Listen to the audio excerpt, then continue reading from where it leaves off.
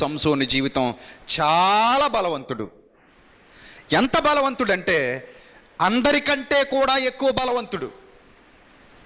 సమాజంలో అతను చుట్టూ ఉన్న వాళ్ళందరికంటే కూడా ఎక్కువ బలవంతుడు, సమర్థుడు. 100 నక్కల్ని ఒకేసారి పట్టుకుని వాటి తోకలన్నిటినీ జత చేసి గాడిద దవడ ఎముకతో 1000 మంది శూరులను హతమార్చగలిగేటువంటి యోధుడు. వట్టి చేతులతో బొబ్బరిస్తూ మీదకొచ్చేస్తున్నటువంటి సింహాన్ని ధైర్యంగా రొమ్మిర్చుకుని ఎదురు నిలబడి రా అని పిలిచి, అది రాగానే నోరిలా తెరుచుకుని మీద పడుతున్నప్పుడు దాని 2 దవడల్ని గట్టిగా పళ్ళతో సహా చేత్తో పట్టుకొని ఒక్కసారిగా పేపర్ చీల్చినట్టు చీల్చేసినటువంటి మహాబాహుబలం కలిగిన వాడు.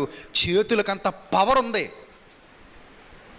అంత శక్తిమంతుడు సంసోను. The great Samson. ఎంతమంది యోధులు ఎదురైనా ఒంటి చేత్తో మట్టి కరిపించగలిగే యోధుడు. ఆయుధాలు అక్కర్లేదు అతనికి.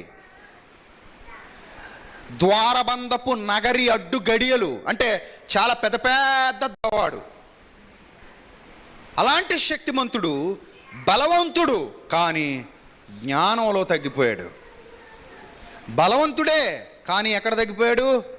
జ్ఞానంలో లోటు వచ్చేసింది, జ్ఞానంలో కొరత ఏర్పడింది, జ్ఞానంలో ఇబ్బంది ఏర్పడింది. ఎప్పుడైతే జ్ఞానంలో కొరత కలిగిందో ఆ బలవంతుడికి ఆటోమేటిక్గా ఒక దెలీలా అనే ఒక స్త్రీ మాయలో పడ్డాడు. ఆమె తొడ మీద పడుకోబెట్టుకుని లాలన చేస్తూ ముద్దుగా మాట్లాడుతూ మృదువుగా మాట్లాడుతూ ప్రేమగా దువ్వుతుంటే దానికి పడిపోయాడు. యవనస్తులకి ఆ క్షణంలో ఆ 5 నిమిషాల సంతోషం, 5 నిమిషాల సుఖమే గొప్పదిగా కనబడుతుంది. కానీ వాళ్ళు చూపించే ప్రేమ నిజమైనదా కాదా, వాళ్ళు చూపించే ప్రేమ నిజంగానే యథార్థమైనదా కాదా, ఇవన్నీ ఆలోచించరు. ఆ మాయ మాటలకి, లాలన మాటలకి లొంగిపోతారు. చాలామంది అనుకుంటారు సంసోను బలం ఎక్కడుందయ్యా అంటే ఎక్కడుందంటారు? జుట్టులో ఉందంటారు. నేను చాలాసార్లు చెప్పాను ఇప్పటికే, సంసోను బలం జుట్టులో లేదు, దేవునిలో ఉంది.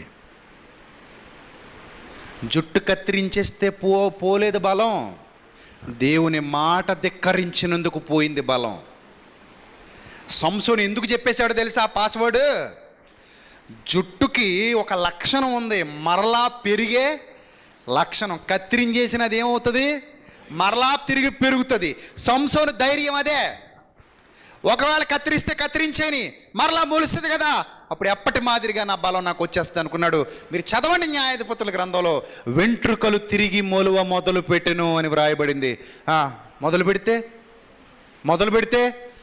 పెడితే ఏంటి పరిస్థితి? No strength.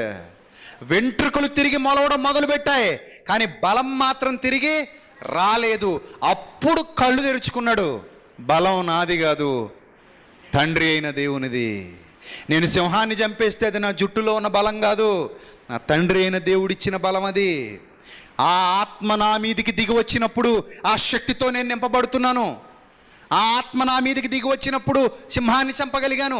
ఆత్మ బలముగా వచ్చినందునని వ్రాయబడింది. చదవండి సరిగ్గా న్యాయాధిపతుల గ్రంథంలో. ఆత్మ బలముగా వచ్చినందునంతే తప్ప జుట్టు బలముగా ఉన్నందున కాదు. సంసోను జ్ఞానం లేక తప్పు చేశాడు. జ్ఞానం లేక, బలం నా జుట్టులో ఉందా దేవుని ఆత్మలో ఉందా అని ఆలోచించలేకపోయాడు. మనం కూడా అలాగే అర్థం చేసుకున్నాం కదా. సంసోను బలం ఎక్కడుందయ్యా అని ప్రశ్న మీకు వేస్తే మీరు వెంటనే ఏం చెప్తారు? సమాధానం జుట్టులో ఉందని చెప్తారు. అది మన బైబిల్ జ్ఞానం.